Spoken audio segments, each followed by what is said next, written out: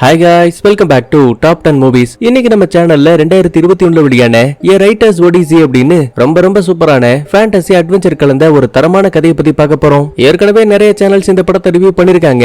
ஆனா எனக்கு தனிப்பட்ட முறையில இந்த படம் ரொம்ப பிடிக்கும். கிட்டத்தட்ட ஒரு வருஷத்துக்கு மேல என்னோட மொபைல்ல டவுன்லோட் பண்ணியே இருந்துச்சு. இன்னைக்கு வேற வழி இல்லாம அந்த படத்தை ரெக்கார்ட் பண்ணி அப்லோட் பண்ண போறேன். சோ கண்டிப்பா நீங்க ஆதரவு கொடுப்பீங்க நம்புறேன். மறக்காம லைக் பண்ணுங்க, ஷேர் பண்ணுங்க, சப்ஸ்கிரைப் பண்ணுங்க. அது மட்டும் இல்லாம ப்ரோ, அடுத்து நீங்க இந்த படத்தை ரிவ்யூ பண்ணா கண்டிப்பா நாங்க எல்லாரும் பாப்போம் அப்படிங்கிற ஏதாவது ஒரு படம் இருந்தா கண்டிப்பா அதை கமெண்ட்ல சொல்லிட்டு வாங்க இப்ப டைரக்டா கதைக்குள்ள போலாம். இந்த படத்தோட ஆரம்பத்துல ஒரு சின்ன பொண்ணு அப்பான்னு கூப்பிடுற மாதிரியும் மாய உலகத்துக்குள்ள ஒரு வித்தியாசமான கோட்டை தெரியுது. அங்க தன்னோட பொண்ணை தேடி வந்த நைனா ஒரு வித்தியாசமான கேவை கண்டுபிடிக்கிறாரு. சுத்தி முத்தி தெரியும் போது திடீர்னு கண்ணுக்கு முன்னாடி ஒரு மிகப்பெரிய அசுரனோட உருவம் தெரியுது. ஆக்சுவலா இந்த அரக்கன் தான் நம்ம கதையோட மெயின் வில்ல, அதாவது மாய உலகத்தோட அரசன். இந்த மாதிரி ஒரு சில காட்சிகளை பார்த்து டக்குன்னு நைனா கண்ண முழிக்கிறாரு. இவரு கண்டது எல்லாமே வெறும் கனவு. ஆனா இதுல அமானுஷமான விஷயம் என்னன்னா திரும்ப நைனாவுக்கு ஒரே மாதிரியான கனவு மட்டும் வந்துகிட்டே இருக்கு. அது மட்டும் கிடையாது, 6 வருஷத்துக்கு முன்னாடி நைனாவோட சொந்த பொண்ணு ஒரு சில பேரால கடத்தப்பட்டா. அன்னையில இருந்து இன்னைக்கு வரைக்குமே தான் பொண்ணை எப்படியாச்சும் காப்பாத்தணும்னு அந்த கொள்ளக்கார கூட்டத்தை தேடி இங்க வரைக்கும் வந்திருப்பாரு. ஒரு மலையோட உச்சியில உட்கார்ந்து இருக்க நேரத்துல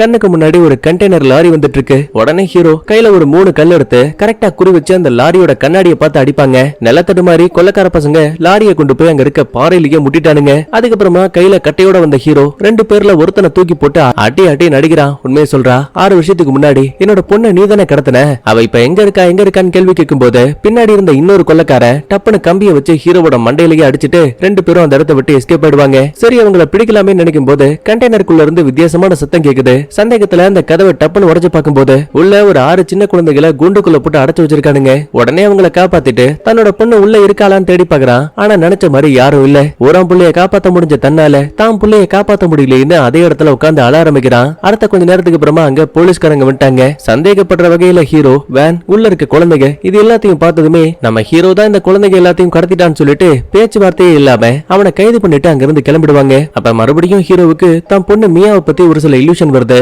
அதுல தான் பொண்ணுக்காக எழுதப்பட்ட ஒரு சின்ன பாட்டை பாடி குடும்பமே அவ்வளவு சந்தோஷமா இருக்கு. திடீர்னு பார்த்தா அந்த ஒட்டுமொத்த இடமும் மாய உலகத்துல இருக்க கேவா மாற ஆரம்பிக்குது. ஒரு சில கருப்பு வேர்கள் மியாவை அப்படியே அலேக்கா தூக்கிட்டு போற மாதிரியும் தெரியுது. பயந்து போன நைனா டக்குன்னு கண்ணம் பிடிக்கும் போது இவன் இன்னும் போலீஸோட கார்ல தான் இருக்கான். டிரைவர் சீட்ல உட்கார்ந்து இருக்க போலீஸ்காரன் மியாவோட போட்டோவை கையில வச்சு பாத்துட்டு இருப்பான். இத பார்த்து கடுப்பான ஹீரோ என் பொண்ணு போட்டோவை என்கிட்ட திரும்ப கொடுன்னு சண்டை போடுவான். ஆனா போலீஸ்காரன் சும்மா இருப்பானா? என் மேலேயே கைய வச்சுட்டியான்னு அடிக்க ட்ரை பண்ணுவான். ஆனா நம்மாலே மாட்டி இருக்க விலங்கிய அசால்ட்டா அத்து போட்டுட்டு போலீஸ்காரனை மூஞ்சா மிதிச்சு கையில இருந்த போட்டோவை பிடுங்கிட்டான். ஆனா வெளியில இருக்க இன்னொரு போலீஸ்காரன் இந்த விஷயத்த பாத்துட்டான். எப்படி இந்த இடத்தை விட்டு தப்பிக்க போறோம்னு தெரியாம குழப்பத்துல இருக்க நேரத்துல சாலையோட மறுபக்கத்துல ஒரு கருப்பு நிற கார் நிக்குது. அதுக்குள்ள இருந்து ஒரு பொண்ணு என்கிட்ட வான்னு கையாடுற மாதிரி தெரியுது. வேற வழி இல்லாம நைனா அந்த கார் ஏறி அந்த இடத்தை விட்டு கிளம்பிடுவான். இவளை இனிமே ஷார்ட்டா ஜோன்னு மைண்ட்ல வச்சுப்போம். மேடம், என்ன காப்பாத்துறதுக்கு ரொம்ப நன்றி. உடனே வண்டியை ஸ்டாப் பண்ணுங்க, நான் இங்க இருந்து கிளம்பிடுறேன். அட வெளியில நல்லா பாரு, போலீஸ்காரங்க உன்னை தேடிட்டு இருக்காங்க. அதெல்லாம் இருக்கட்டும், நீங்க யாரு? நான் யாருங்கிறது முக்கியம் இல்ல, ஆனா நீ யாருன்னு எனக்கு ரொம்ப நல்லாவே தெரியும். ஆரம்பத்துல நீ ஒரு வங்கியில வேலை பார்த்துட்டு இருந்த. ஆனா உன் குழந்தை எப்ப காணாம போனாலோ அதுக்கப்புறமா உன்னோட வேலையை விட்டு மனைவியை டிவோர்ஸ் பண்ணிட்டு தொலைஞ்சு போன குழந்தைய இன்னைக்கு வரைக்கும் தேடிட்டு இருக்க. பரவாயில்ல, இந்த மாதிரி ஒரு அப்பா எந்த ஒரு குழந்தைக்கும் கிடைக்க மாட்டா. என் குழந்தைய பத்தி தெரியுமா? குழந்தை மட்டும் கிடையாது, உனக்கு வரக்கூடிய அமானுஷமான கனவுகளை பத்தி கூட ரொம்ப நல்லா தெரியும். நான் சொல்லக்கூடிய வேலையை செய்யறதுக்கு நீ தயாரா இருந்தா தொலைஞ்சு போன உன் குழந்தைய கண்டுபிடிக்க நாங்க ஹெல்ப் பண்றோம். தான் பொண்ணு மேல உயிரியே வச்சிருக்கக்கூடிய நைனா வேற வழி இல்லாம ஜோவோட டீலுக்கு சரின்னு சம்மதிக்கிறான். கட் பண்ண அடுத்து மாய உலகத்துல இருக்க நம்ம படத்தோட கதாநாயகனை காட்டுறாங்க. ஆக்சுவலா இந்த படத்துல பிரசன்ட்ல இருக்க ஆளுங்க மாய உலகத்திலயும் வருவாங்க. அதனால கதையை போட்டு குழப்பிக்காதீங்க. இப்ப ஹீரோ ஏதோ ஒரு கும்பலை பார்த்து பயந்து ஓடிட்டு இருக்கான். குறிப்பிட்ட நேரத்துக்கு அப்புறமா தப்பிக்க வழி இல்ல. ஒரு மிகப்பெரிய மலையோட எஜ்ஜில வந்து மாட்டிப்பான். சுத்தி வளைச்ச எதிரிங்க உன்னை சாகடிக்க சொல்லி வில்லன் தான் எங்களை அனுப்பி வச்சாரு. உன்னால இனிமே ஓட முடியாதுன்னு சொல்லிட்டு எதிரிங்க மொத்த பேருமே ஆயுதங்களோட சண்டைக்கு வருவாங்க. பயந்து போன ஹீரோ கண்ணை முடிப்பான். அப்ப கரெக்டா ஹீரோவோட அக்கா அங்க வராங்க. நூலிலையில நம்ம ஹீரோவை காப்பாத்தி எதிரிகள் கூட பயங்கரமா சண்டை போடுறாங்க. டே தம்பி, நீ இந்த இடத்தை விட்டு தப்பிச்சு போயிடு, நான் இவங்களை பாத்துக்கிறேன்னு ஹீரோவை வேணும்னே மலை உச்சியில இருந்து கீழே போயிட்டு இருக்க ஆத்துக்குள்ள தள்ளி விட்டுருவா. இருந்தாலும் ஹீரோவுக்கு தான் அக்காவை இதே இடத்துல விட்டுட்டு போறதுக்கு மனசு இல்ல. சோ அக்காவுக்கு ஹெல்ப் பண்ணலாமேன்னு மலை ஏறி மறுபடியும் மேல வந்து கவனிக்கும் போது எதிரிகள் மொத்த பேரும் காயம்பட்டு விழுந்து கிடக்குறாங்க. அதுல பாவம் அக்காவும் ரத்த வெள்ளத்துல உயிருக்கு போராடிக்கிட்டு இருக்கா. கண்ணுக்கு முன்னாடியே ஒரு வயசான பெருசு இருக்கால, அவன் தான் இந்த அடியால் கூட்ட தலைவன். ஒரு பட்டாக்கத்தை எடுத்து டப்புன்னு அக்காவோட முதுகுலையே குத்தி சம்பவத்திலேயே அவளோட கதையை முடிப்பான். ஆனா தான் உயிர் போகக்கூடிய அந்த ஒரு நேரத்துல கூட தம்பி நீ மேற்கு நோக்கி தப்பிச்சு போ, அப்பதான் உன்னோட உயிரை காப்பாத்திக்க முடியும்னு சொல்லிட்டு தான் அந்த அக்கா இறந்து போவாங்க. அது மட்டும் கிடையாது, அடியால் கூட்ட தலைவன் லைட்டா திரும்பும் போதுதான் நமக்கே தெரியுது அக்கா காயம் போறதுக்கு முன்னாடி அவனோட முதுகலையுமே கத்தியை இறக்கிட்டு தான் செத்துருக்காங்க. இத தனக்கு சாதகமாக்கின ஹீரோ முதுகுல இருக்க கத்தியை பிடிங்கிட்டு என்ன சாகடிக்க சொல்லி அனுப்பி வச்ச அந்த வில்ல அது அது யாரா வேணா இருக்கட்டும், கண்டிப்பா அவனை நான் கொல்லாம விட மாட்டேன்னு முதல்ல இங்க இருக்க பெருசோட கதையை முடிச்சிடுவான். கூடவே இறந்து போன அக்கா உடம்ப புதைச்சு வச்சுட்டு வில்ல இருக்கக்கூடிய இடத்த நோக்கி கிளம்பும் போது சடனா ஹீரோவுக்கு ஒரு வித்தியாசமான குரல் கேக்குது. என்ன ஒரு கொடுமை, அந்த வில்ல உன்னை சாகடிக்கணும்னு நினைச்சாவே நீ செத்து போயிட்ட அர்த்தம், உன்னால தனியா அவனை சமாளிக்க முடியாது. பயந்து போன ஹீரோ பின்னாடி திரும்பி பாக்குறான். ஆனா அங்க யாருமே உயிரோட இல்ல. ஆனா உத்து கவனிக்கும் போது இறந்து போயிருக்க அந்த பெருசோட உடம்புக்குள்ள இருக்க ஏதோ ஒரு கவசம் தான் இவங்கிட்ட பேசுற மாதிரி தெரியுது. ரைட்ரா, இதுக்கு மேல இங்க இருந்தா பால் ஊத்திடுவானுங்க போல,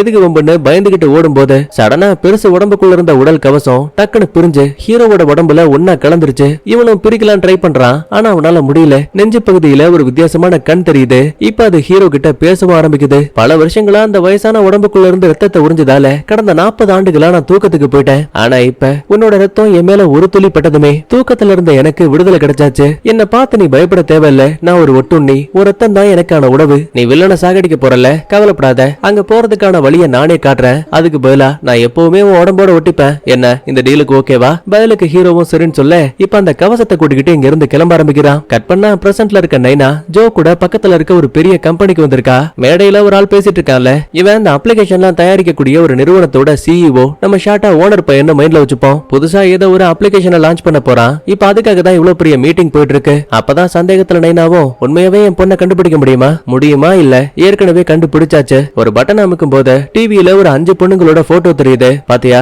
இந்த 5 பொண்ணுங்கள்ல யாரோ ஒருத்தி தான் உன்னோட பொண்ணு. நைனா எவ்வளவுதான் ட்ரை பண்ணாலும் கூட இதுல யாரு தன்னோட பொண்ணுங்கிற விஷயத்தை இவனாலேயே கண்டுபிடிக்க முடியல. சரி கவலைப்படாத, 6 வருஷம் ஆயிடுச்சுல, அதனாலதான் உன் பொண்ணை உன்னால கண்டுபிடிக்க முடியல. அதனால டிஎன்ஏ சாம்பிள் வச்சு உன் பொண்ணு யாருங்கிறத நாங்களே கண்டுபிடிக்கிறோம். சரி, நீங்க பண்ணக்கூடிய உதவிக்காக நான் என்ன பண்ணணும்? பக்கத்துல இருக்க இன்னொரு கம்ப்யூட்டர் ஆன் பண்ணும்போது அதுல ஒரு முகமடிக்காரன் பேச ஆரம்பிக்கிறான்ல, இவன் தான் மாய உலகத்துல ஹீரோ. ஆனா இந்த மனித உலகத்துல ஷார்ட்டா ஜாக்னு மைண்ட்ல வச்சுப்போம். இவனோட வேலை கதை எழுதுறது. இப்ப அந்த கதையை தான் லைவ்ல சொல்லிட்டு இருப்பான். கதையோட பேரு காட் ஸ்லேயர். கொஞ்ச நேரத்துக்கு முன்னாடி ஹீரோவோட அக்காவை சாகடிச்சது, பெருசோட கதையை ஹீரோ சாகடிச்சது, அதுக்கப்புறமா அந்த கவசம் ஹீரோ உடம்புல ஒட்டிக்கிட்டதுன்னு அடிக்கடி நைனாவுக்கு எந்த கனவெல்லாம் வருமோ அந்த கனவையெல்லாம் இந்த முகமடிக்காரன் ஒரு கதையை எழுதி வச்சிருக்கான். அது எப்படா நம்ம கனவுல பார்த்த விஷயங்களை இவன் எழுத முடியும்னு நைனாவுக்கு ஒரு பக்கத்துல குழப்பம் அதிகமாகுது. அதே டைம்ல மாய உலகத்துல இருக்க வில்லனுக்கு திடீர்னு தலையில இருக்கக்கூடிய பழைய காயத்தின் மூலமா பயங்கரமா தலைவலிக்க ஆரம்பிக்குது. இந்த மாதிரி பாதி கதையை சொல்லிட்டு ஜாக்கு போயிடுவான். அடுத்த நிமிஷமே மேடையில இருக்கக்கூடிய ஓனர் பையன் இருக்கால, இப்ப அவனோட தலையில ஏற்கனவே ஒரு காயம் இருக்கும்.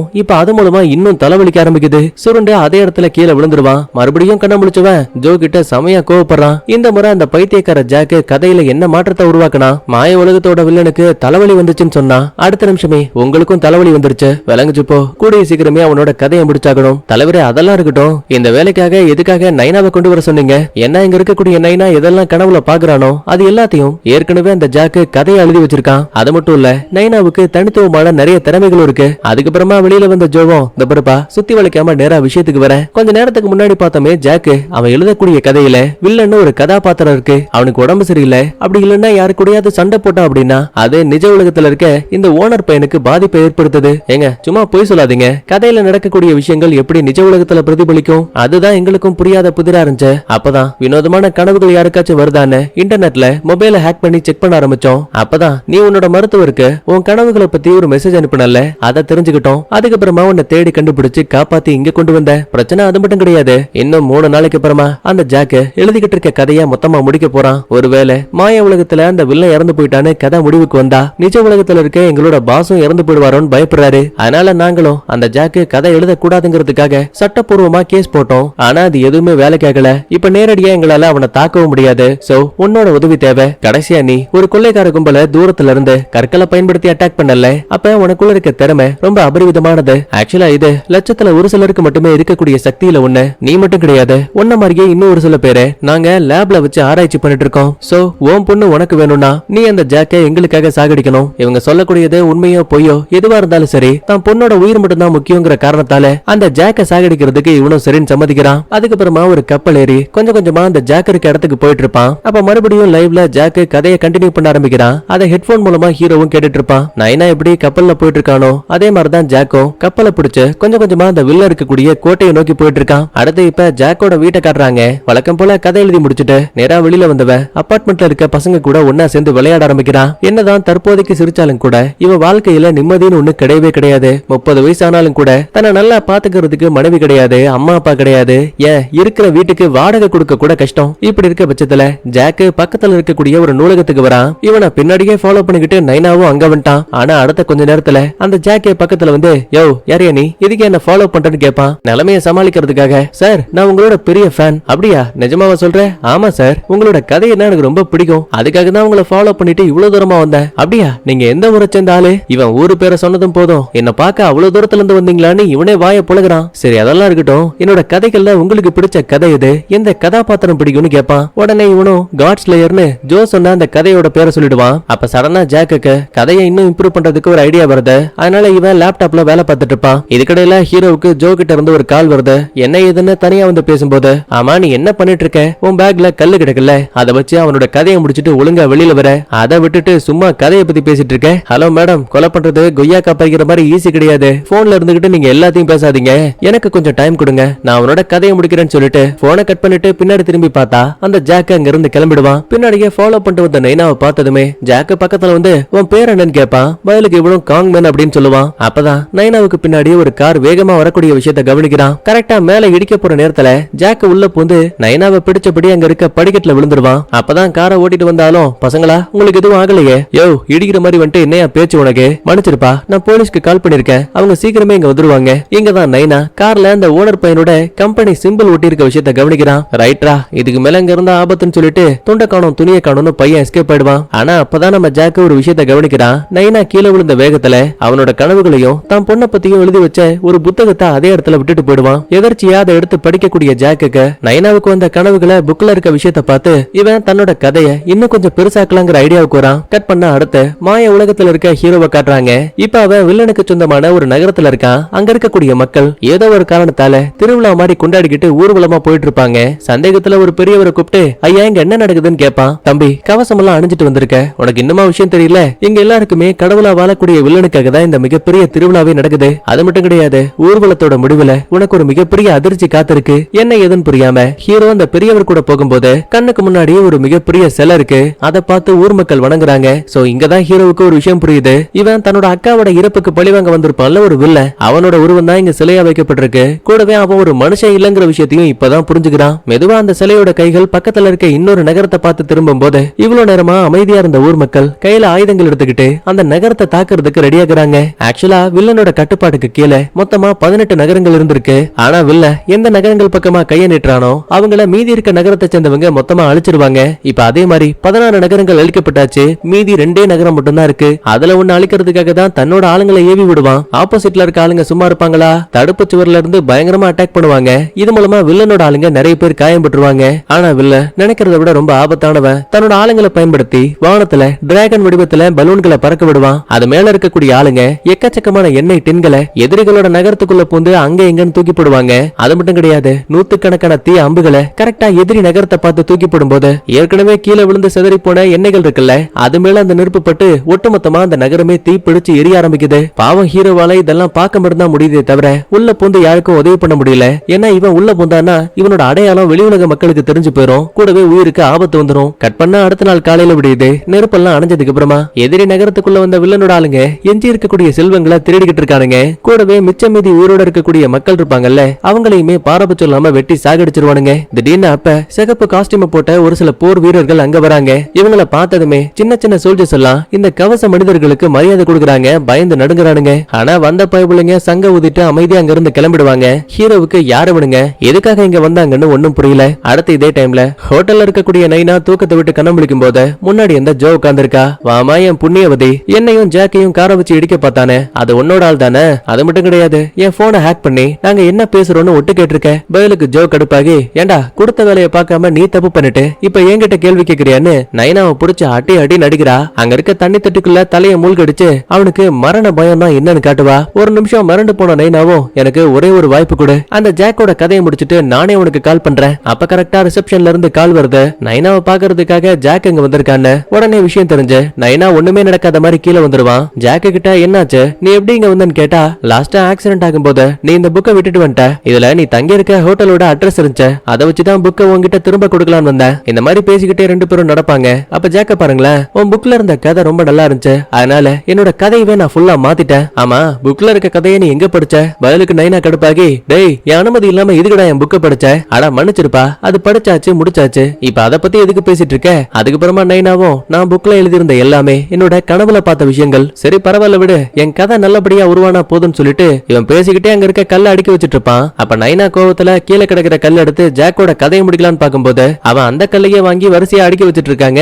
இங்கதான் சந்தேகத்துல நைனாவும், ஆமா உன் வேலை என்ன, எப்ப பாரு கதையை எழுதிட்டு இருக்க? பதிலுக்கு ஜாக்கும், இந்த பாரு சின்ன வயசா இருக்கும் போதே அம்மா அப்பா இறந்து போயிட்டாங்க. அதுக்கப்புறம் டிப்ளமா போயிட்டு இருந்தேன், ஆனா அதையும் பாதியில டிஸ்கண்டினியூ பண்ணிட்டேன். குழந்தையா இருக்கும் போது கற்பனை கதைகளை படிக்கிறது எனக்கு ரொம்ப பிடிக்கும். அதோட ஆர்வமோ என்னமோ தெரியல, ஒரு பொழுதுபோக்குக்காக மட்டும்தான் இந்த கதைகளை எழுத ஆரம்பிச்சேன். ஆனா காலப்போக்குல இது என்னோட வாழ்க்கையவே மாறிடுச்சு. உனக்கு ஒரு விஷயம் தெரியுமா, கடந்த 6 வருஷத்துக்கு மேல கதை எழுதி என்னோட வாழ்க்கையை மாத்துறதுக்கு ட்ரை பண்ணிட்டு இருக்கேன். ஆனா எதுவுமே வேலை கேட்கல. சொல்ல போனா நான் காதலிச்ச பொண்ணு கூட நீ எனக்கு வேணாம் வெத்து வெட்டுன்னு விட்டுட்டு போயிட்டா. பதிலுக்கு நைனாவும், ஏண்டா 6 வருஷமா உன்னால வாழ்க்கையில எதுவும் சாதிக்க முடியல, அப்புறம் எதுக்காக இந்த வேலையை பாக்குற? வேற ஏதாவது வேலையை பார்க்க வேண்டியதானே? முடியாது, இந்த கதை தான் எனக்கு உலகங்கிறான். இப்படி பேசிட்டு இருக்கும் போது கதையோட அடுத்த கண்டினியூஷனுக்கு ஒரு ஐடியா வருது. செக் பண்ணி பார்த்தா இவங்கிட்ட போனும் இல்ல நோட்டும் இல்ல. அதனால நைனாவோட நோட்டை வாங்கி இப்ப அதுல கதையை கண்டினியூ பண்ண ஆரம்பிக்கிறான். கட் பண்ண அடுத்து மாய உலகத்துல என்னாச்சுன்னு பார்க்கும்போது நம்ம ஹீரோ அந்த எதிரி நகரத்துக்குள்ள நடந்து போயிட்டு இருப்பான்ல. அப்ப வழியில ஒரு குட்டி பொண்ணு தன்னோட இறந்து போன ஃப்ரெண்டுக்கு பக்கத்துல உட்காந்து அழுதுட்டு இருப்பா. ஹீரோவை பார்த்ததுமே கத்தி எடுத்து நீட்டுவா. பயப்படாத, நான் உன்னை எதுவும் பண்ண மாட்டேன்னு சொல்லிட்டு காயம்பட்டு கிடக்குற அந்த குட்டி பொண்ணோட ஃப்ரெண்டுக்கு என்னாச்சுன்னு பார்க்கும்போது அவன் ஏற்கனவே இறந்து போயிட்டான். அதனால முறையா அந்த பையனை குழிய தோண்டி அடக்கம் பண்ணிட்டு இன்னைக்கு நகரத்துக்குள்ள வந்த அந்த கவச வீரர்கள் அவங்க எல்லாம் யாருன்னு ஹீரோ கேள்வி கேட்பான். பதிலுக்கு குட்டி பொண்ணும், அவங்க தான் வில்லனோட மேய்காப்பாளர்கள். தன்னோட மந்திர சக்தியை பயன்படுத்தி கவச வீரர்களுக்கு அதிகமான பவரை கொடுத்திருக்கான். அவங்க எந்த இடத்துல வந்து சங்க ஊதிட்டு போறாங்களோ அந்த இடத்துல 6 மணிக்கு மேல யாரும் வெளியில வரக்கூடாது. அப்படியா, ஒருவேளை வெளியில வந்தா அவங்க யோசிக்காம கொலை பண்ணிட்டு போயிடுவாங்க. இப்படி எல்லாம் பேசிட்டு இறந்து போன தன்னோட ஃப்ரெண்டுக்காக குட்டி பொண்ணு தாங்கிட்ட இருக்க புல்லாங்குழல வாசிப்பா. இசையால மெய்மறந்து போனவங்க இருட்டி போற விஷயத்தையே மறந்துட்டாங்க. அப்புறம் என்ன, இந்த சவுண்ட கேட்டு கவச வீரர்கள்ல ஒருத்தன் இங்க வந்துட்டான். ஏடா 6 மணி ஆச்சு, கப்பு சுப்புன்னு வீட்டு கதவை சாத்தாம இங்க என்னடா பிபி ஊதிட்டு இருக்கீங்கன்னு கோடாரிய தூக்கணப்படி ஹீரோவையும் குட்டி பொண்ணையும் சாகடிக்க துரத்தி வந்துட்டு இருக்கான். உயிருக்கு பயந்து நகரத்துக்குள்ள போந்து ஓடும்போது குறுக்க ஒரு முட்டுச்சந்து. உடனே அலேக்கா ஜம்ப் அடிச்சு வீட்டோட மேற்கூரைகள்ல ஓட ஆரம்பிக்கிறாங்க. ஆனா அப்பவுமே அந்த கவச வீரன் மின்னல் வேகத்துல துரத்தி வந்துட்டு இருக்கான். அவனோட வேகத்துக்கு இவங்களால ஈடு கொடுக்க முடியல. ஒரு கட்டத்துல அந்த கவச வீரன் தடுமாறி கீழே விழும்போது ஹீரோ தான் முதுகுல குட்டி பொண்ண உப்பு மூட்டை மாதிரி ஏத்திப்பான். ஆனா அடுத்த கொஞ்ச நேரத்திலேயே கவச வீரன் நம்ம ஹீரோவை கையங்கலமா பிடிச்சிட்டான். அப்பதான் அவன் முதுகுல இருக்க குழந்தைய தூக்கலான்னு பார்க்கும்போது குட்டி பொண்ணுக்கு பதிலா வெறும் வைக்கோல் துணிதான் இருக்கு. அப்படின்னா வர வழியிலேயே நம்மால் எங்கேயோ அவளை மறைச்சு வச்சுட்டான் போலங்க. கவச வீரன் இந்த விஷயத்த அதிர்ச்சியோட பாக்குற நேரத்துல தாங்கிட்ட இருக்க வாளை பயன்படுத்தி டக்குன்னு ஹீரோ மூஞ்சி மேலேயே ஒரு வெட்டு. தலை கவசமே உடஞ்சு லைட்டா அந்த பைபிளுக்கு ரத்தம் வழிஞ்சிட்டு இருக்கு. பதிலுக்கு அவன் சும்மா இருப்பானா, ஹீரோவை அடிச்சு பறக்க விட்டு தான் கோடாரிய வச்சு ஒரு போடு போடலாமேன்னு கையை ஓங்கும் போது கரெக்டா குட்டி பொண்ணு உள்ள போந்து தாங்கிட்ட இருக்க புல்லாங்குழல வாசிக்க ஆரம்பிக்கிறா. இந்த சவுண்ட கேட்ட அடுத்த நிமிஷமே கவச வீரன் ஹீரோவை சாகடிக்கிறத விட்டுட்டு கொஞ்சம் கொஞ்சமா குட்டி பொண்ணுக்கு பக்கத்துல போயிட்டு இருக்கான். திடீர்னு என்னாச்சுன்னு தெரியல, சூரியன் மறைஞ்சதுமே நல்லா இருந்த கவச வீரன் கொஞ்சம் கொஞ்சமா உறைஞ்சு போன சில மாதிரி ஆகி அதே இடத்துல உட்காந்து தூங்க ஆரம்பிக்கிறான். உடனே இதான் சாக்குன்னு சொல்லிட்டு அவசர அவசரமா ஹீரோ குட்டி பொண்ணை கூட்டிக்கிட்டு அங்க இருந்து கிளம்பிடுவான். கட் பண்ண பிரசன்ட்ல இருக்கக்கூடிய ஜாக்க காட்டுறாங்க. பையன் ஆர்வத்துல கதை எழுதிட்டு இருப்பான். இந்த விஷயத்த தூரத்துல இருந்து கவனிக்கக்கூடிய நம்ம நைனா இவனை எப்படியே விட்டா தான் பொண்ணு தனக்கு கிடைக்க மாட்டாங்கிற பயத்தால கையில கிடைக்கிற கல் எடுத்து மண்டை மேலேயே ஒரு அடியை போட்டு அவனை மயங்க வச்சுட்டான். மனச கல்லாக்கிட்டு அவனோட கதையை முடிக்கலாமேன்னு ஒரு கல் எடுத்துக்கிட்டு ரெடியா நிக்கும் போது தொலைஞ்சு போன நைனாவோட பொண்ணு ஜியா இருக்கால, அவ இப்ப நைனா சொல்லி கொடுத்த ஒரு பாட்டை பாடுற மாதிரியான சத்தம் கேக்குது. அப்படின்னா தான் பொண்ணு பக்கத்துல தான் இங்கே இருக்கா போலன்னு ஜாக்க பாதியிலேயே விட்டுட்டு அந்த பாட்டோட சவுண்ட ஃபாலோ பண்ணிக்கிட்டு ஒவ்வொரு இடமா தேடும் போது கண்ணுக்கு முன்னாடி ஒரு பிச்சைக்கார குழந்தை உட்கார்ந்து இருக்கான். ஆக்சுவலா இவன் தான் அந்த பாட்டை கூட பாடிருப்பான். டே தம்பி, உண்மையை சொல்லு, என் பொண்ணு எங்க இருக்கா? அவரை நீ பாத்தியா இல்லையா? உயிரோட இருக்காளா இல்லையான்னு ஏதோ பயமுறுத்துற மாதிரி கேட்பாங்க. சின்ன பையன் என்ன பண்ணுவான், ஆத்தாடி இவன் புள்ள பிடிக்கிறவன் போல ஓடுறா கை புள்ளன்னு நைனாவுக்கு ஒரு எத்த விட்டுட்டு பைபிள்ல குடு குடுன்னு அங்க இருந்து எஸ்கேப் ஆயிடுவான். பின்னாடியே ஓடி போய் இவனும் பிடிக்கலான்னு பாப்பான். ஆனா அதே டைம்ல மாய உலகத்துல ஹீரோ குட்டி பொண்ண கவச வீரங்கிட்ட இருந்து காப்பாத்தி கூட்டிட்டு ஓடுவான் இல்லையா, அந்த ஒரு சில காட்சிகள் இல்லூஷனா வந்து போகும். அதனால கவனம் சிதறி பாதியிலேயே அந்த பையனை மிஸ் பண்ணிடுவான். நேரம் போக இருட்டி போயிடுச்சு. அடைச்ச கையில கிடைச்ச ஆளை மிஸ் பண்ணிட்டோமேனு நைனாவுக்கு கோவம் தாங்கல. அப்பதான் கவனிக்கிறான், கண்ணுக்கு முன்னாடி இருக்க பார்ல கதையோட ஆரம்பத்துல லாரியில வந்த 2 கொள்ளக்காரங்களை நைனா அட்டாக் பண்ணிருப்பான்ல, அந்த 2 பேர்ல ஒருத்தன் இங்கதான் கட்டு போட்டு உட்கார்ந்து இருக்கான். நைனாவை பார்த்ததுமே அடியால் ஒருத்தன் அடிக்கலான்னு ஓடி வருவான். ஆனா அதுக்குள்ளேயே கீழே கிடக்கிற கல்லு பாட்டில்னு எல்லாத்தையும் கரெக்டா குறி வச்சு அந்த எதிரிகள் மேல அடிச்சு நைனா மட்டையாகிட்டாரு. தப்பிக்க வழி இல்லாம கொள்ளக்கார பையனும் வசமா மாட்டிக்கிட்டான். உண்மையை சொல்ல, என் பொண்ணு இப்ப எங்க இருக்கா? அவளை என்ன பண்ணீங்க? பயந்து போன கொள்ளக்காரனும் 6 வருஷத்துக்கு முன்னாடி தான் நான் கடத்தல் தொழில ஆரம்பிச்சேன். அதனால ஒரு குழந்தைக்கு எவ்வளவு மயக்க மருந்தை கொடுக்கணும்னு தெரியாம அளவுக்கு அதிகமா அந்த மருந்தை கொடுத்ததால உன் பொண்ணு பேச்சு மூச்சு இல்லாம போயிட்டா. சோ அதுக்கப்புறமும் குழந்தைய வச்சிருந்தா பிரச்சனை ஆயிருங்கிற காரணத்தால வேற வழி இல்லாம அவளை ஒரு சாக்கல கட்டி ஊருக்கு வெளியில தூக்கி போட்டு வந்துட்டோம். நடந்த எல்லாத்துக்கும் தயவு செஞ்சு என்ன மன்னிச்சிரு. வேணும்னா என்கிட்ட பணம் இருக்கு, அதை நான் உன்கிட்ட கொடுக்குறேன். நைனாவுக்கு அழுக தாங்கல. ஏண்டா என் பொண்ணையே கொண்டுட்டல, உன்னை சும்மா விட மாட்டேன்னு அவனை சாகடிக்க ட்ரை பண்ணும்போது கரெக்டா அங்க வந்த ஜோ நைனாவை அடிச்சு போட்டு அந்த இடத்தை விட்டு தூக்கிட்டு போயிடுவா. என் புள்ளைய கடத்தின கொள்ளக்காரனே என்னோட பொண்ணு இறந்து போயிட்டான்னு என்கிட்ட சொல்லிட்டான். அப்படி இருக்க பட்சத்துல உங்ககிட்ட இருக்க 5 குழந்தைங்கள்ல யாருமே என்னோட குழந்தை கிடையாது. சோ தெரிஞ்சதா என்ன ஏமாத்துனீங்களா? ஜோ பதில் சொல்ல முடியாம அமைதியா இருப்பா. அப்ப கால்ல கனெக்ட் ஆயிருக்க ஓனர் பையன் நீ எதையாவது பண்ணி அவனோட மைண்ட மாத்து, அவன் இந்த வேலையை செஞ்சே ஆகணும். ஆனா ஜோவுக்கு நைனாவோட நிலைமையை பார்த்து ரொம்ப கஷ்டமா இருக்கு. இந்த பாரு, இந்த நிலைமையில கண்டிப்பா உன்னால அந்த ஜாக்க கொல்ல முடியாது. அதனால நீ இங்க இருந்து கிளம்பிடு, நான் வேற ஒரு ஆளை வச்சு இந்த வேலையை முடிச்சுக்கிறேன். அட அதை விட்டு தள்ளுங்க, முதல்ல என் கூட சண்டை போட்ட அந்த கொள்ளக்காரன் இப்ப அவன் எங்க இருக்கான்? அவன் பாதுகாப்பா எங்க கிட்ட தான் இருக்கான். கூடிய சீக்கிரமே அவனை போலீஸ் கிட்ட ஒப்படைச்சிருவோம். இல்ல நீங்க அவனை என்கிட்ட ஒப்படைக்கணும். என் பொண்ணை சாகடிச்ச குற்றத்துக்காக அணுவனுவா அவனை சித்திரவதை பண்ணி சாகடிப்பேன். மன்னிச்சிரு, என்னால அது முடியாது. பயலுக்கு நைனாவும் இந்த பாரு, உனக்கு அந்த ஜாக் சாகணும் அதானே? என் கையாலேயே நான் அவனை சாகடிக்கிறேன். நாளைக்கு தான் ஜாக் எழுதிக்கிட்டு இருக்க கதையோட முடிவை சொல்ல போற நாள். அதனால நாளைக்கு நான் அவன் கதையை முடிச்சதுக்கு அப்புறமா உனக்கு கால் பண்ணுவேன். செஞ்ச வேலைக்காக உங்ககிட்ட இருக்க கொள்ளக்காரனை என்கிட்ட ஒப்படைக்கணும். இப்படி எல்லாம் பேசிட்டு நைனா அந்த இடத்தை விட்டு கிளம்பிடுவான். அடுத்த கொஞ்ச நேரத்துக்கு அப்புறமா ஓனர் பையன் அங்க வரான். அடியே ஜோ, உங்ககிட்ட என்ன சொன்னா நீ என்ன பண்ணிட்டு இருக்க? சார், அத நான் உங்ககிட்ட கேட்கணும். என்கிட்ட காட்டினா அந்த 5 பொண்ணுங்க, அதுல யாருமே ஹீரோவோட பொண்ணு இல்லையா? எல்லாம் தெரிஞ்சுதான் இந்த நைனாவை ஏமாத்திட்டு இருக்கீங்களா? நாங்க எவ்வளவு தேடி பார்த்தோம், நைனாவோட பொண்ணை கண்டுபிடிக்க முடியல. ஆனா அவ இறந்திருக்கிறதுக்கான வாய்ப்பு இருக்குன்னு எனக்கு ஏற்கனவே தெரியும். ஆனா ஏன் இந்த விஷயத்த சொல்லல? இந்த பாரு ஜோ, உன்னோட அம்மாவும் அப்பாவும் அனாதையா உன்னை ரோட்ல தூக்கி போட்டு போனாங்கல்ல, அது அவங்க பண்ண தப்பு. அதே மாதிரிதான் நைனா தன்னோட பொண்ணை பாதுகாக்காம விட்டது அவனோட தப்பு. ஒழுங்கா சொல்றத மட்டும் கேளுன்னு சொல்லிட்டு ஓனர் பையன் அங்க இருந்து கிளம்பிடுவான். கட் பண்ணா இப்ப மாய உலகத்துல இருக்க நம்ம ஹீரோவை காட்டுறாங்க. குட்டி பொண்ணை கூட்டிக்கிட்டு அந்த கவச வீரங்கிட்ட இருந்து எஸ்கேப் ஆகி நகரத்தின் வழியா நடந்து போயிட்டு இருப்பான். இங்கதான் குட்டி பொண்ணும் வில்லை யாரு, அவன் எப்படி இந்த இடத்துக்கு ராஜாவானான்னு எல்லாத்தையுமே கதையா சொல்ல ஆரம்பிக்கிறாங்க. பல வருஷங்களுக்கு முன்னாடி இந்த இடத்த ஒரு மிகப்பெரிய நல்ல ராஜா ஆட்சி பண்ணி வந்தாராம். அவருக்கு கீழே 2 சக்தி வாய்ந்த தளபதிங்க இருந்தாங்களா. அதுல ஒருத்தர் நம்ம கதையோட வில்ல, இன்னொருத்தர் தியான்சின்னு சொல்லப்படக்கூடிய ஒரு மாவீரன். எல்லை பகுதியை பாதுகாக்கிறதுக்காக தியான்சி போயிட்டாரு. இத தனக்கு சாதகமாக்கின வில்ல சூழ்ச்சியை பயன்படுத்தி ராஜாவை சாகடிச்சுட்டான். இந்த விஷயத்தை தெரிஞ்சுக்கிட்ட மாவீரன் ஏன் இப்படி எல்லாம் பண்ணு தன்னோட சக நண்பனான வில்லங்கிட்ட சண்டை போடும் போது பதிலுக்கு அவன் சும்மா இருப்பானா? ராஜாவை சாகடிச்சது நான் கிடையாது நீதான் சொல்லி ஒட்டுமொத்த பழியும் தூக்கி அந்த தியான்சி மேல போட்டான். சோல்ஜர்ஸை பயன்படுத்தி தியான்சியோட கதையை முடிச்சுட்டான். ஆனா இருந்தாலுமே உள்ளுக்குள்ள ஒரு சின்ன பயம், என்னைக்காவது மக்கள் தனக்கு எதிராக திரும்பிடுவாங்களோன்னு. அதை சமாளிக்கிறதுக்காக தான் வில்ல தனக்கு கீழே இருந்த சோல்ஜர்ஸை பயன்படுத்தி தன்னோட கட்டுப்பாட்டுக்குள்ள இருந்து 18 நகரங்கள் கூட வேணும்னே போர் தொடுக்க ஆரம்பிச்சான். இது மூலமா மக்கள் யுத்தத்துல மட்டும்தான் கவனம் செலுத்தினாங்க.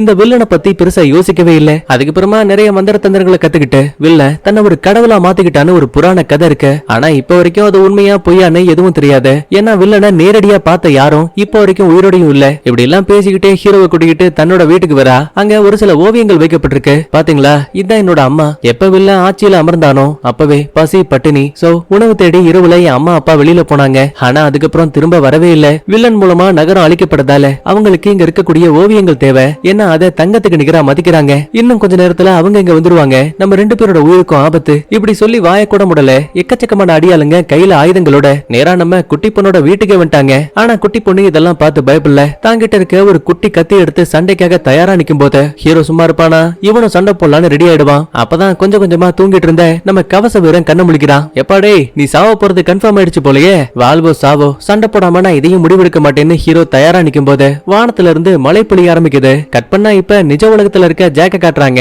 பக்கத்திலேயே நம்ம நைனாவும் நிக்கிறாரு. நீ சொன்னது ஒரு வகையில சரின்னு நினைக்கிறேன். ஏன்னா 6 வருஷம் கஷ்டப்பட்டாலும் கூட என்னால இந்த கதை எழுதி மேல வரவே முடியல. இதுக்கு மேலயும் இப்படி ஒரு வாழ்க்கை எனக்கு தேவையில்ல. யாராவது ஒருத்தர் இந்த நிமிஷம் என்ன இந்த மாடியில இருந்து கீழே தள்ளி விட்டு கொன்னா கூட எனக்கு மனப்பூர்வமான சந்தோஷம். அப்ப நைனாவும் மன தைரியத்தை வர வச்சுக்கிட்டு எப்படியாச்சும் இந்த ஜாக்க கீழே தள்ளி வில்லாமின் பக்கத்துல வரும்போது, எப்ப ஒரு நிமிஷம், நேத்து நைட்டு நான் ஒரு கதையை ரிலீஸ் பண்ணனே, அது என்ன ஏதுன்னு நீ படிச்சியா? சந்தேகத்துல தான் போனை செக் பண்ணி பாக்குறான். கதையோட எந்த ஒரு குறிப்பும் வரல. அப்படின்னா ஹீரோவோட போனுக்கு மட்டும் அந்த கதை வரக்கூடாதுன்னு யாரோ ஒருத்தர் பிளாக் பண்ணிருக்காங்க. சரி சரி, ரொம்ப யோசிக்காத. உன்னோட புக்கு என்கிட்ட தான் இருந்துச்சுல்ல. கடைசியா எவனோ ஒருத்தன் கல்லுல அடிச்சதுக்கு அப்புறமா ரத்த கரைகள் உன் புக்ல பட்டுச்சு. கூடவே அதுல தான் நான் மீதி கதையும் எழுதியிருக்கேன். அது மட்டும் கிடையாது, 2 புது கதாபாத்திரங்களையும் நான் உள்ள கொண்டு வந்திருக்கேன். ஒன்னு சிகப்பு காஸ்டியூம் போட்ட கவச வீரன், 2வது தியான் சொல்லப்படக்கூடிய உன்னோட குட்டி பொண்ணு. ஒரு நிமிஷம் இரு, என் பொண்ணையும் என்னையும் கதைக்குள்ள கொண்டு வந்திருக்கியா? அட ஆமாப்பா. உன் மூஞ்ச பாக்கும்போது சிகப்பு கவச வீரனை கடைசியா ஹீரோ தாக்கும் போது அவனோட தலைப்பகுதியில ஒரு வித்தியாசமான காயம் ஏற்பட்டிருக்கும். அதே வடிவத்துல தான் உன்னோட தலையிலயும் காயம் இருக்கு.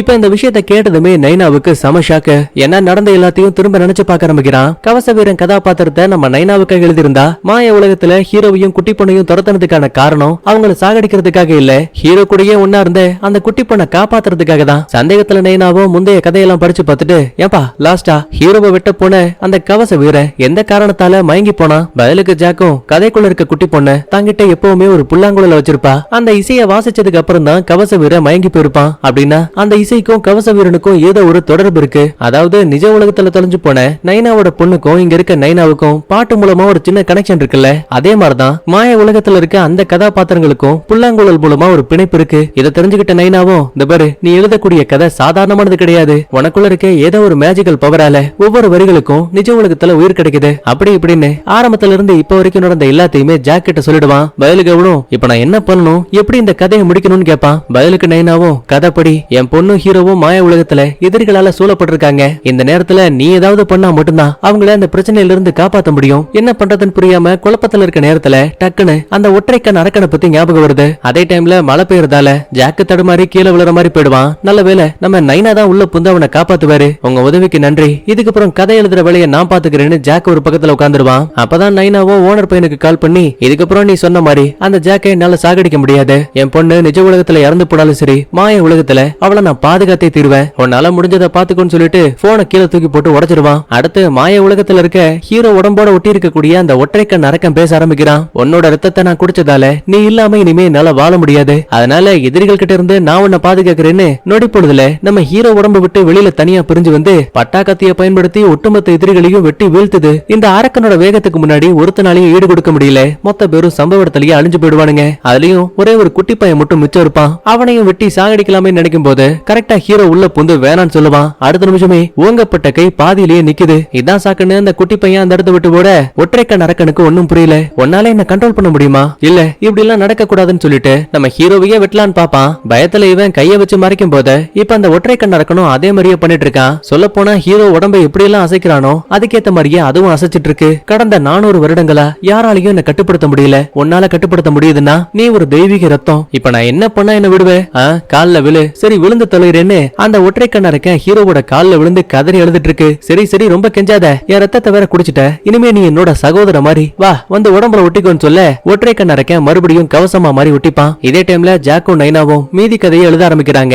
அப்ப அங்க வந்து ஜோ கதவுக்கு வெளியில கத்தியோட ரெட்டி அனுப்பா. அப்பதான் நம்ம நைனா அங்க இருக்கக்கூடிய ஒரு சின்ன போட்டோவை கவனிக்கிறான். அதுல கூட்டத்துல ஒரு ஆளா இந்த ஓனர் பையனும் நிக்கிற மாதிரி இருக்கு. சந்தேகத்துல நைனா ஜாக்கு கிட்ட இது யாரு என்னன்னு விசாரிக்கும் போது, ஓ, இந்த ஓனர் பையனா எங்க அப்பாவோட பழைய ஃப்ரெண்டு. 2 பேரும் ஒன்னா சேர்ந்துதான் அப்ளிகேஷன்ஸ் உருவாக்குறதுக்கான வேலையை ஆரம்பிச்சாங்க. ஆனா சடனா என்னாச்சுன்னு தெரியல, விபத்தாலே என்னோட அப்பா இறந்து போயிட்டாரு. அதுக்கப்புறம் ஒட்டுமொத்த கம்பெனியோட பொறுப்பும் ஓனர் கிட்ட போச்சு. இதெல்லாம் ஒளிஞ்சிருந்து கேட்கக்கூடிய ஜோவுக்கு ஒரு டவுட். அதனால உடனே ஓனர் பையனுக்கு கால் பண்ணி, என்ன சார், உங்க ஃப்ரெண்டோட பையனையே கொல்ல சொல்லிருக்கீங்க, இத பத்தி என்கிட்ட ஒரு வார்த்தை கூட சொல்லல. இந்த பாரு, உங்ககிட்ட சொல்ல வேண்டிய அவசியம் கிடையாது. என்ன வேலையை கொடுக்குறோமோ அதை பார்க்க வேண்டியது மட்டும்தான் உன்னோட வேலை. ஓ அப்படியா? என்கிட்டயே நீங்க ரகசியங்களை வச்சிருக்கும் போது உங்ககிட்ட நான் உண்மையா வேலை பார்க்கணுங்கிற அவசியம் கிடையாது. நான் ஏன் வழிய பார்த்து போறேன்னு சொல்லிட்டு ஜோ காலை கட் பண்ணிட்டு ஒரு சில அடிகள் நடந்ததுமே ஒரு 2 பேர் உள்ள போந்து ஜோவுக்கு ஷாக்க கொடுத்து அவளை வேனுக்குள்ள எடுத்துட்டு போயிடுவானுங்க. இதுல ஒருத்தனுக்கு எலக்ட்ரிக்கல் பவர் இருக்கும். பக்கத்துல இருக்க இன்னொரு ஆள டக்லஸ்னு மைண்ட்ல வச்சுப்போம். ஒரு பக்கத்துல நைனா எதிரிகள் யாராச்சும் வந்தாங்கன்னா அவங்கள அட்டாக் பண்றதுக்காக பேக் ஃபுல்லா நிறைய பந்தர் ஒப்பி வச்சிட்டு இருக்கான். ஏன்னா இவனுக்கு தான் குறி வச்சு தாக்குறதெல்லாம் கை வந்த கலையாச்சே. அதனாலதான் இவ்வளவு பந்துகளை வாங்கிட்டு வந்திருக்கான். கட் பண்ண அடுத்து மாய உலகத்துல இருக்க ஹீரோவுக்கும் குட்டி பொண்ணுக்கும் என்னாச்சுன்னு பார்க்கும்போது பதுங்கி ஒரு வழியா வில்லனோட கோட்டைக்கு பக்கத்துல வந்துட்டாங்க. வெளியில ஆயிரக்கணக்கான வில்லனோட மேய்காப்பாளர்கள், அதாங்க அந்த சிகப்பு கவச வீரர்கள் குத்த வச்சு உட்கார்ந்து இருக்கானுங்க. ஆனா அவங்க உடம்புல இருந்து எந்த ஒரு அசைவும் இல்ல. சந்தேகத்துல ஹீரோ பக்கத்துல வந்து லைட்டா கைய வச்சு தள்ளும் போது தொப்புன்னு கீழே விழுந்துருவானுங்க. ஆனா அப்பவுமே குரட்டை விட்டு தூங்கிட்டு இருக்கானுங்க. சோ இங்கதான் ஹீரோவுக்கு ஒரு விஷயம் புரியுது. இந்த கவச வீரர்களால 6 மணிக்கு மேல செயல்பட முடியாது, தூக்க நிலைக்கு போயிடுவாங்க. அதனாலதான் வில்லன் 6 மணிக்கு மேல யாரும் வெளியில வரக்கூடாதுன்னு இந்த சோல்ஜர்ஸை பயன்படுத்தி மக்களை பயமுறுத்திட்டு இருக்கான். ஆக்சுவலா இப்ப குட்டி பொண்ணு இங்க வந்தது நம்ம ஹீரோவுக்கு உதவி பண்றதுக்காக மட்டும் இல்ல, இவளோட அம்மா அப்பாவை தேடியும் தான். கட் பண்ணா பிரசன்ட்ல இருக்கக்கூடிய நைனா ஜன்னல் வழியா பாத்துட்டு இருப்பான். அப்ப நினைச்ச மாதிரியே ஜோவை பிடிச்ச அந்த 2 அடியாளுங்க இங்கேயும் வந்துட்டானுங்க. யோ ஜாக்கு, நீ மேல பாத்துக்க பாரு, நான் கீழே போய் செக் பண்ணிட்டு வரேன்னு கையில பந்த தூக்கிட்டு கீழே இருக்க இன்னொரு அறைக்கு வந்துட்டான். முதல்ல குறி வச்சு டக்லஸோட மண்டையிலேயே ஒரு அடி, பையன் தடுமாறி கீழே விழுந்துட்டான். ஆனா கூட இருக்கக்கூடிய அந்த மின்சார சக்தியை கொண்டவன் வேணும்னே நைனா மேல தண்ணியை ஊத்தி விட்டு எலக்ட்ரிக்கல் பவரை அந்த தண்ணியில வச்சிருவான். இது மூலமா பைபிளுக்கு ஷாக் அடிச்சு கதறிக்கிட்டு இருக்கான். ஒரு பக்கத்துல இந்த பைபிளுங்க சண்டை போட்டுட்டு இருக்க, கட் பண்ணா இன்னொரு பக்கத்துல ஹீரோவும் குட்டி பொண்ணும் அந்த வில்லனோட கோட்டையோட நுழைவு வாயிலுக்கு பக்கத்துல வந்துட்டாங்க. இன்னும் ஒரு சில அடிகள் வச்சா போதும் வில்லனையே சந்திச்சிடலாம். அப்பதான் அந்த ஒற்றைக்கண் அரக்கன் பேச ஆரம்பிக்கிறான். ஏன்பா, உன் அக்கா இறந்து போனதுக்கு நானும் ஒரு காரணம். என் மேல உனக்கு கோவமே இல்லையா? அட, அந்த அடியாள் கூட்ட தலைவன் தான் என் அக்காவை சாகடிச்சான். அந்த நேரத்துல நீ தூக்கத்துல இருந்த, அதனால உனக்கும் அதுக்கும் எந்த ஒரு சம்பந்தமும் கிடையாது. என்னோட எதிரியை நான் ஏற்கனவே கொன்னுட்டேன். சொல்ல போனா நீ எப்ப என் உடம்புக்குள்ள வந்தியோ அந்த நிமிஷத்துல இருந்தே நான் உன்னை என்னோட சொந்த அண்ணனா மட்டும் தான் பாக்குறேன். முடிஞ்சா அந்த வில்லனை அழிக்கிறதுக்கு நீ எனக்கு ஹெல்ப் பண்ணு. அட என்னப்பா, அண்ணனே சொல்லிட்ட, இதுக்கப்புறம் உனக்கு ஹெல்ப் பண்ணாம இருப்பனா? வா, 2ல 1 பாக்கலாம்னு சொல்லிட்டு இவங்க ஒரு பக்கத்துல கிளம்புறாங்க. கட் பண்ணா நிஜ உலகத்துல இருக்க நைனா எலக்ட்ரிக்கல் மேன் கிட்ட வசமா மாட்டிக்கிட்டான். நேருக்கு நேரா கைய நீட்டி ஷாக்க கொடுக்கலான்னு பாக்கும்போது துளி கூட யோசிக்காம நைனாவும் டக்குன்னு கைய பிடிச்சிருவான். ஆனா அங்கதான் ட்விஸ்ட். நம்மால கையில ஒரு சேஃப்டி கிளவுஸ் மாட்டிருப்பான். இது மூலமா பவர் இப்ப ரிவர்ஸ் ஆகி ஆப்போனன்ட்டால அதே இடத்துல மயங்கி விழுந்துட்டான். இன்னொரு பக்கத்துல மாய உலகத்துல இருக்க ஹீரோ குட்டி பண்ண கூட்டிக்கிட்டு நேரா வில்லனோட கோட்டைக்குள்ளேயே வந்துட்டான். ஆனா அங்க அந்த வில்லன் இருக்க மாதிரியான அடையாளமே இல்ல. யோ எங்கயா பயந்து போய் ஒளிஞ்சிருக்க? ஒழுங்கா தைரியம் இருந்தா என் முன்னாடி வா. அப்ப திடீர்னு மத்தளம் அடிக்கக்கூடிய சத்தம் கேக்குது. கூடவே வில்லனும் பேச ஆரம்பிக்கிறான். உனக்கு இப்ப கூட வாய்ப்பு இருக்க,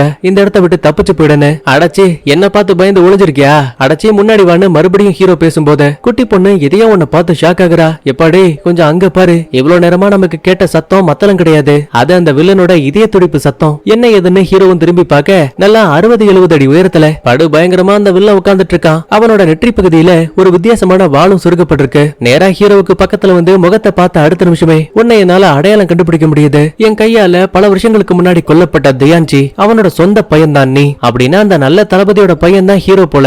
இந்த உண்மையே நம்மளுக்கு இப்பதான் தெரியுது. உடனே வில்லனும் ஒரு முறை உங்க அப்பாவை என் கையாலேயே சாகடிச்சேன், ஆனா இருந்தாலும் அவன் எனக்கு எதிராக திரும்பின விஷயத்தை என்னால ஏத்துக்க முடியல. அதனாலதான் அவனோட பரம்பரையே இருக்க கூடாதுங்கிறதுக்காக உன்னையும் அக்காவையும் சாகடிக்க என் ஆளுங்களை ஏவி விட்டேன். கொடுமையை பாத்தியா? இதுக்கப்புறம் உன்னால இந்த இடத்தை விட்டு தப்பிக்கவே முடியாது. என் கூட வா, உங்க அப்பாவை சாகடிச்ச இடத்த காட்டுறேன்னு சொல்லிட்டு வில்ல நடந்து போறான். பின்னாடியே ஹீரோவும் அந்த குட்டி பொண்ணும் போயிட்டு இருக்காங்க. இதே டைம்ல நிஜ உலகத்துல இருக்க நைனா அடியாளான டக்ளஸோட கதையை முடிக்கலான்னு பார்த்தா அந்த பைபிள்ல ஒரு ஊசியை போட்டு தன்னோட பவரை இன்னும் அதிகப்படுத்திக்கிட்டான். வெறி பிடிச்ச மாதிரி நைனாவை அட்டாக் பண்ணுவான். பதிலுக்கு இவரும் குறி வச்சு தாக்குவாரு. ஆனா அவன் அந்த பந்துகள்ல இருந்து ரொம்ப அசால்ட்டா எஸ்கேப் ஆயிட்டான். கிட்டத்தட்ட கதையே முடிய போற நேரம் பார்த்து காருக்குள்ள கட்டி போடப்பட்டிருக்க ஜோ இருக்கால, அவ கைத்தையெல்லாம் அவுத்து போட்டுட்டு சரியான நேரத்துல உள்ள வந்து கத்திய வச்சு டக்ளஸோட தோல் மேல ஏறி உட்கார்ந்துகிட்டு நெஞ்சு பகுதியிலேயே சரக்கு புறக்கணு குத்தி கிழிக்கிறா. ஆனா ஊசி போட்டதால இந்த பயபுள்ளைக்கு எந்த ஒரு உணர்வுகளுமே இல்ல. ஜோவையுமே ரொம்ப அசால்ட்டா அடிச்சு தூக்கி போட்டுருவான். ஒரு மிகப்பெரிய கட்டை எடுத்து அவளோட கதையை முடிக்க போற நேரத்துல நம்ம நைனா உள்ள பூந்து என்னப்பா அவசரப்படுற, நீயும் நானும் கிரிக்கெட் விளையாடலாமா? சரி உன் இஷ்டம், தூக்கி போடுன்னு சொல்லிட்டு பந்த அடிக்கிறதுக்காக டக்ளஸ் ரெடியா இருக்கும்போது நம்ம நைனா வேணும்னு ஒரு பந்துக்கு பின்னாடி இன்னொரு பந்த மறைமுகமா தூக்கி போட்டுருவான். இது தெரியாத டக்ளஸ் மொத பந்த ரொம்ப ஈஸியா அடிச்சாலும் கூட ரெண்டாவது பந்து கரெக்டா நெத்தி பொட்லையே அடிச்சு பயபுள்ள அதே இடத்துல கைமாவாயிட்டான். அடுத்து மாய உலகத்துல வில்லனை ஃபாலோ பண்ணிட்டு வந்த ஹீரோ கண்ணுக்கு முன்னாடி ஒரு மிகப்பெரிய மரத்தை கவனிக்கிறான். தோ இந்த மரத்துக்கடியில தான் உங்க அப்பாவை அடக்கம் பண்ண. உள்ளுக்குள்ள சோகத்தோட ஹீரோவா அந்த மரத்தை போய் தொட்டு பார்க்கும்போது அதுல இருந்து ஒரு கிளைய உடைச்சு வில்லன் ஹீரோவை அட்டாக் பண்ணுவான். அப்புறம் என்ன, ரெண்டு பேருக்கு இடையில சண்டை ஸ்டார்ட் ஆகுது. அப்ப ஒற்றை கண் அரக்கணும் அவனோட காலை விட்டுன்னு சிக்னல் கொடுக்க தான் உடம்ப விட்டு அந்த ஒற்றை அரக்கன் தனியா பிரிஞ்சு ஹீரோ ஒரு பக்கத்துலயும் அந்த அரக்கன் ஒரு பக்கத்துலயும் அவனோட காலை விட்டு ட்ரை பண்ணுவாங்க. ஆனா அவன் ரொம்ப அசால்ட்டா குட்டி கர்ணம்லாம் அடிச்சு எஸ்கேப் ஆயிடுவான். உடம்ப சொல்லல விட்டு ஓங்கி ஒரு உதைக்கும் போது நம்ம ஒத்த கண்ணு அரக்கன் தூள் தூளாகி காத்துல பறகுறான். ஆனா பிரச்சனை கிடையாது, அவன் உடம்பு திரும்ப ஒண்ணு சேர்ந்துரும். அடுத்து ஹீரோவை சாகடிக்கலாம்னு கைய வச்சு குத்தும் போது இத தூரத்துல இருந்து பார்க்கக்கூடிய ஒற்றை கண் அரக்கன் சும்மா இருப்பானா? தாங்கிட்டு இருக்க பட்டா கத்தியை தூக்கி போடுவான். நூல் இலையில வில்ல அதுல இருந்து எஸ்கேப் ஆக அது அங்க இருக்க பாறையில குத்தி லாக் ஆயிடுச்சு. ரெண்டாவது கத்தியை பயன்படுத்தி விட்டலான்னு பார்த்தா வில்லன் இப்ப அதையும் பிடிச்சிட்டான். உடனே ஹீரோ இதான் சாக்குன்னு பாறையில சொருகி இருக்க இன்னொரு வாழை எடுத்து கரெக்டா வில்லனோட தலையை பார்த்து தாவும் போது ஒரு இன்ச்சு விலகிட்டான். வில்லன் சும்மா இருப்பானா? ஹீரோவை இதான் சாக்குன்னு கைய வச்சு ஓங்கி ஒரு குத்து போச்சு. ஹீரோவோட கதை முடிஞ்சு போச்சுன்னு நினைக்கும் போது அதான் கிடையாது, நம்ம ஒற்றை கண் அரக்கன் உள்ள போந்து அதுக்குள்ளேயே நம்ம ஆளை காப்பாத்திடுவான். மறுபடியும் அட்டாக் பண்ண பாக்கும்போது இந்த முறை வில்லன் ஹீரோவை கையில பிடிச்சிட்டான். உங்க அப்பாவும் இப்படிதான் என் கையால நசுக்கி சாகும் போது கொஞ்ச நேரம் தாக்கு பிடிச்சான். பாப்போம் இன்னைக்கு நீ எவ்வளவு நேரம் தாக்கு பிடிக்கிறன்னு. இப்படி பேசிட்டு இருக்கும் போதே அசந்த நேரத்துல நம்ம ஒற்றை கண் அரக்கன் தான் வாழை தூக்கி போட கரெக்டா ஹீரோவை பிடிச்சிருக்க கூடிய அந்த கையில காயம்பட்டு பாதியிலேயே வில்லன் அவனை கீழே விட்டுருவான். தக்காளி என்னையே காயப்படுத்துறியா? வரேன் பாருன்னு ஒற்றை கண் அரக்கன் அலேக்கா தூக்கி தன்னோட 4 கைகளோட பலத்தை பயன்படுத்தி நொடி பொழுதுல அதை தூள் தூளா மாத்திருவான். இதுக்கப்புறம் ஹீரோவை காப்பாத்த யாரும் கிடையாது. வில்லன் இதை தனக்கு சாதகமாக்கிட்டு தன்னோட ஒரே ஒரு கூர்மையான நகத்தை பயன்படுத்தி கொஞ்சம் கொஞ்சமா ஹீரோ உடம்பையே குத்தி கிழிச்சிட்டு இருக்கான். நம்மால் ஒரு பக்கத்துல வழியால கதறிக்கிட்டு இருக்கான். இந்த வேதனையெல்லாம் பார்த்து பொறுக்க முடியாத குட்டி பொண்ணு தாங்கிட்ட இருக்க புல்லாங்குழல் எடுத்து வாசிக்க ஆரம்பிக்கிறா. ஆக்சுவலா வில்லனுக்கு இந்த சவுண்ட கேட்டதுமே ஏதோ டிஸ்டர்ப் ஆகுது, வேணாம் இதை வாசிக்காதன்னு சொல்லுவான். ஆனா அவ அதெல்லாம் கேட்கற மாதிரியே இல்ல. சோ கடுப்பானவன் தான் வயித்தை திறந்து டென்டக்கல்ஸ் மாதிரியான ஒன்ன பயன்படுத்தி குட்டி பொண்ணு அலேக்கா தூக்கி தான் வயித்துக்குள்ள லாக் பண்ணிட்டான். கட் பண்ணா இப்ப நிஜ உலகத்துல காட்டுறாங்க. நைனாவும் ஜோவும் அவசர அவசரமா மேல வந்து கவனிக்கும் போது அந்த ஓனர் பையனோட இன்னொரு அடியாள் ஒருத்தன் உள்ள போந்து கதை எழுதிக்கிட்டு இருந்த நம்ம ஜாக்க குத்தி போட்டு அங்கிருந்து ஓடி போயிடுவான். அவசர அவசரமா அவனை கொண்டு வந்து மருத்துவமனையில சேர்க்கறாங்க. அப்ப அந்த இடத்துக்கு கரெக்டா ஓனர் பையன் வரான். இந்த பாரு இப்ப கூட ஒண்ணும் கெட்டு போகல, உன் கையில இருக்க லேப்டாப்பை கொடுத்துட்டு இந்த இடத்த விட்டு ஓடி போயிடு. ஏன்னா இதுக்கு மேலயும் என்னால நல்லவனா நடிக்க முடியாது. என்ன ஜோ, நீ கேட்ட கேள்விக்கான பதில நானே சொல்றேன். ஆமா, அந்த ஜாக்கோட அப்பா எனக்கு நெருங்கிய நண்பன். நாங்க ஒன்னா சேர்ந்து உருவாக்குன இந்த கம்பெனி எதிர்பார்த்ததை விட அதிக அளவு பணத்தை சம்பாதிக்க எங்களுக்கு ஹெல்ப் பண்ணுச்சு. ஆனா அதுல இருந்து எனக்கு ஃப்ரெண்டுக்கு பங்கு கொடுக்க விருப்பம் இல்ல. சோ வேற வழி இல்லாம அவனோட கதையை முடிக்க வேண்டிய கட்டாயம். அது மட்டும் இல்ல, ஜாக்கு உன்னையும் உன் பொண்ணையும் ஒரு கதாபாத்திரமா வச்சு அந்த கதைக்குள்ள கொண்டு போனா. இந்த விஷயம் உனக்கு தெரிய கூடாதுங்கிறதுக்காக ஜாக் எழுதின எல்லா கதைகளையுமே உன் போனுக்கு வரதுக்கு முன்னாடியே பிளாக் பண்ணிட்டோம். இப்ப கூட டைம் இருக்கு, குடுக்கிற பணத்தை வாங்கிட்டு லேப்டாப்பை ஒப்படைச்சிட்டு இந்த இடத்த விட்டு கிளம்பிடு. முடியாது, அவன் விட்டுட்டு போன கதையை நான் தான் எழுத போறேன். முட்டாளானி, அவனுக்கு மட்டும்தான் கதையை நிஜமாக்கக்கூடிய பவர் இருக்கு. பயலுக்கு நைனாவும் எனக்கு அப்படி தோணல. ஏன்னா அவன் கதை எழுதுறதுக்கு முன்னாடியே எனக்கு மாய உலகத்தை பத்தி நிறைய இல்லூஷன் வந்துச்சு. சோ அந்த ஜாக்கு இருக்க மாதிரி எனக்கும் பவர் இருக்கு. நான் இந்த கதை எழுதி முடிப்பேன். ஓனர் பையன் அதையெல்லாம் கேட்காம லேப்டாப்பை பிடுங்கலான்னு பாக்கும்போது ஜோ சும்மா இருப்பாளா, மண்டை காட்டி 4 அடியை போட்டு அவனை அதே இடத்துல படுக்க வச்சுட்டா. அதுக்கப்புறமா நைனா இப்ப கொஞ்சம் கொஞ்சமா கதையவே மாத்தி அமைக்க ஆரம்பிக்கிறாரு. இது கடையில மாய உலகத்துல இருக்க வில்லன் ஹீரோவை பார்த்து, இதுக்கப்புறம் உன்னை யாராலையும் காப்பாத்த முடியாதுன்னு சாகடிக்க போற நேரத்துல கரெக்டா அந்த இடத்துக்கு நம்ம கவச வீரன் வந்துட்டான். அதாவது நைனாவோட கதாபாத்திரம், அதுவும் கையில மிஷின் கண்ணோட. ஏன்னா இப்ப கதை எழுதக்கூடியது நம்ம நைனா. என்னதான் இது ஒரு மாய உலகமா இருந்தாலும் சரி, இவரோட கற்பனைக்கு ஏத்த மாதிரி மிஷின் கன் மட்டும் இல்ல, பீரங்கியை கூட உருவாக்க முடியும். அதுக்கப்புறம் என்ன, நிலவரம் கலவரமாகி மிஷின் கண்ணை வச்சு சுடும்போது வில்லன் காயம்பட்டு அங்க எங்கன்னு தாவி குதிக்கிறான். ஒரு கட்டத்துக்கு மேல தாங்க முடியாம பக்கத்துல இருக்க மரத்துக்குள்ள போய் ஒளிஞ்சுப்பான். விடாம சுடும்போது நைனா கிட்ட இருந்த தோட்டாக்கள் ஃபுல்லா காலி ஆயிடுச்சு. அதனால ரீலோட் பண்ணலாமே ட்ரை பண்ணும்போது மறைஞ்சிருந்த வில்லன் வெளியில வந்து கவச வீரனான நைனாவையே அட்டாக் பண்றான். பயலுக்கு நம்மால தாவி வந்து தாட மேலேயே ஒரு குத்து. வில்லன் நிலத்தரு மாதிரி தொப்புன்னு கீழே விழும்போது காயம்பட்டு கீழே கிடக்கிற ஹீரோவை பார்த்து வில்லனோட நெத்தியில இருக்கக்கூடிய கத்தின்னு ஏதோ ஒரு வார்த்தையை சொல்ல வருவான். ஆனா முழுசா சொல்றதுக்குள்ளேயே கவச வீரனை வில்லன் அடிச்சு பறக விட்டான். சிவத்தோட சிவரா வச்சு டம்மு டும்னு குத்திட்டு இருக்கான். அப்ப தான் பொண்ணு, அப்பா என்ன காப்பாத்துங்க காப்பாத்துங்கன்னு கத்தக்கூடிய சத்தம் கேட்கும். நைனா சும்மா இருப்பாரா? தான் பொண்ணு மேல இருக்க பாசத்தால வில்லனோட மாபெரும் கைகளையே தடுத்து இன்னும் பயங்கரமா அட்டாக் பண்ணுவாரு. இதுக்கிடையில காயம்பட்டு கிடக்கிற ஹீரோவுக்கு அழிஞ்சு போனதா நினைச்ச நம்ம ஒற்றைக்கண் அரக்க இருக்கால, அவனோட பாதி உடம்பு உதவி பண்ண ஆரம்பிக்குது. வேக வேகமா பக்கத்துல இருக்க மரத்துக்கு மேல ஏறி வில்லன் பக்கத்துல வரும்போது அவனோட நெத்தி பகுதியில் இருக்க வாளை இருக்குமா பிடிச்சிருவான். எங்கதான் ஹீரோவுக்கே தெரியுது அந்த வாள் வேற யாரோடதும் கிடையாது, இவனோட சொந்த அப்பா, அதாவது நல்ல தளபதியோடது. இவன் அந்த வாளை இழுக்க ஆரம்பிச்சதுமே வில்லனால வழிதாங்க முடியல, சுருண்டு விழுந்துட்டு இருக்கான். கூடவே கவச வீரனும் ஒன்னா சேர்ந்து ஹெல்ப் பண்ணும்போது ஒரு கட்டத்துல வில்லனோட உடம்பையே 2ஆ பிளந்தபடி அந்த கத்தி கொஞ்சம் கொஞ்சமா கீழே இறங்கி வந்துரும். இது மூலமா வில்லன் உடம்புக்குள்ள இருந்த அந்த குழந்தையும் வெளியில வந்து விழ கவச வீரன் அலேக்காவல தாங்கி பிடிக்கிறான். ஒரு வழியா எப்படியோ நல்லபடியா கதையை முடிச்சாச்சு. கூடவே நிஜ உலகத்துல வில்லன் பண்ண தப்புக்காக அவனை காவல்துறையில கோத்து விட்டு கைது பண்ணிட்டாங்க. கதையில வந்தபடி எல்லாமே நடந்து முடிஞ்சாலும் கூட தான் பொண்ணை மட்டும் திரும்ப பார்க்க முடியலையேன்னு ஏக்கத்தோட ஜன்னல் வழியா பாத்துட்டு இருப்பான். அப்ப எதையோ ஒன்ன பார்த்து வேக வேகமா கீழே ஓடி வராங்க. என்ன யோசிச்சான்னு தெரியல, தான் குழந்தைக்காக இவன் சொல்லி கொடுத்த பாட்டு இருக்கும்ல, அதை இப்ப கொஞ்சம் கொஞ்சமா பாட ஆரம்பிக்கிறான். கண்ணுக்கு முன்னாடி ஒரு சின்ன தள்ளுவண்டி கடை இருக்கும். அங்க 2 குட்டி பசங்க சாப்பாடு வாங்கிட்டு இருப்பாங்க.